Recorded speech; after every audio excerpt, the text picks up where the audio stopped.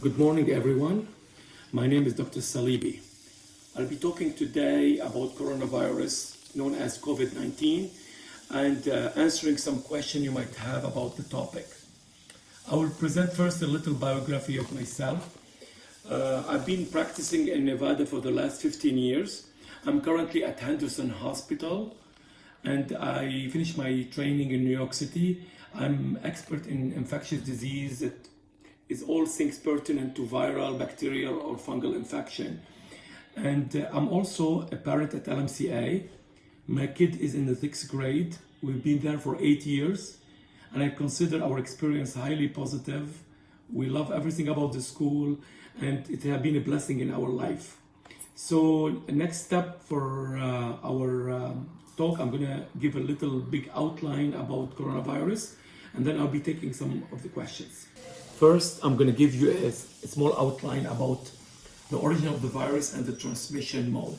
The virus is known as COVID-19. It originated in China, the province of Hubei in Wuhan city, and it's one of the mutations of the already known coronavirus, which has been present for years. It's responsible for flu-like symptoms.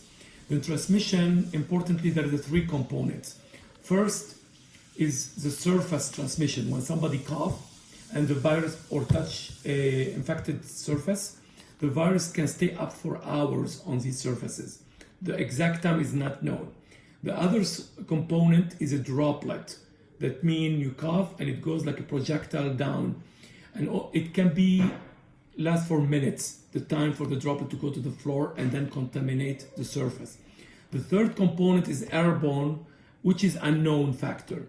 Hence, for all these reasons of transmission, this is why government is recommending social distancing. The incubation period, which means when somebody catch it and becomes sick, can go between 2 to 14 days. And you transmit the virus even with no symptoms. This is very important to emphasize.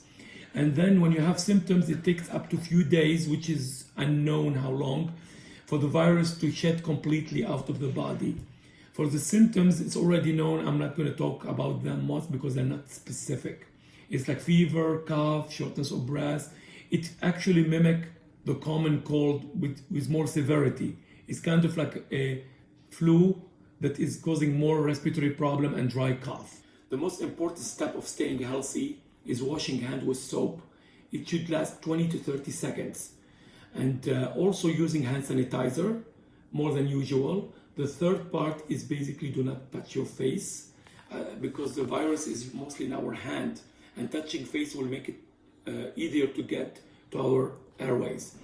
The fourth component is to avoid crowded places like the mall, movie theaters, avoid shopping unless for food and supply and necessary item. The other thing is if you can work from home, it will be also great. Any situation that minimize contact with other people or other surfaces contaminated by people is great. And most important, do not panic. The panic is the number one enemy. Panic is a disease in itself. We have to be prudent, take precaution, but do not panic. Hoarding toilet paper is not a solution because the supply line will continue as long as truck drivers are bringing goods, and it should be available for everyone. Testing in Southern Nevada is scarce. We don't have enough kits to accommodate all the people that want to test it for any symptom. So the federal government is making more tests available, but we don't have an estimated timeline yet. They will keep us posted. The health department also have resources about availability of tests. People can get tested most likely now in facility like ER or urgent care. At doctor's offices, it's not available because of the risk of contaminating the staff, and home testing or point of care is not available. So, to make it easy, if you suspect having COVID-19 and the symptoms are mild, you stay home, hydrate, treat your symptoms, and do self-isolation and social distance. And contact your physician regardless. And your physician will make the argument to test or not to test.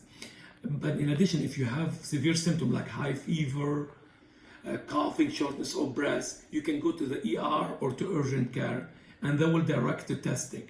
To note that going to the ER will make the ER overcrowded, and people with other medical condition will suffer. So it's basically leave it to your clinician to make the call. And note that people above 60 with underlying medical condition like diabetes, high blood pressure, cancer, autoimmune disorder, or heart disease should have a priority of seeking to be tested just to make sure they don't have the virus. In addition, note, I want to emphasize that if you feel sick, first call the physician. If you don't have a physician, you can go to urgent care or go to the ER to seek medical help. The first reliable source are World Health Organization website, which will give you a global picture. Then the CDC, which will have a lot of tips about prevention, infection, and many things I went over this video. And third is Clark County Health District for local Southern Nevada health tip. The unreliable sources are social media and some of the news outlet. The news, depending if like experts like Anthony Fauci or the CDC talk, they are reliable. Any opinions of people that are not physicians or scientists, I will take it with a grain of salt. In conclusion, I want to thank LMCA for providing the community with support and reliable sources of information that are helpful to keep us all safe. And the last tips will be, number one, stay safe. Number two, social distancing as much as possible. Number three, hand hygiene, including washing or using hand sanitizer. Number four, seek reliable information, very important. And number five, and finally, let's not lose faith during difficult times. And on this note, I wish you all a blessed day, and may God bless all of us.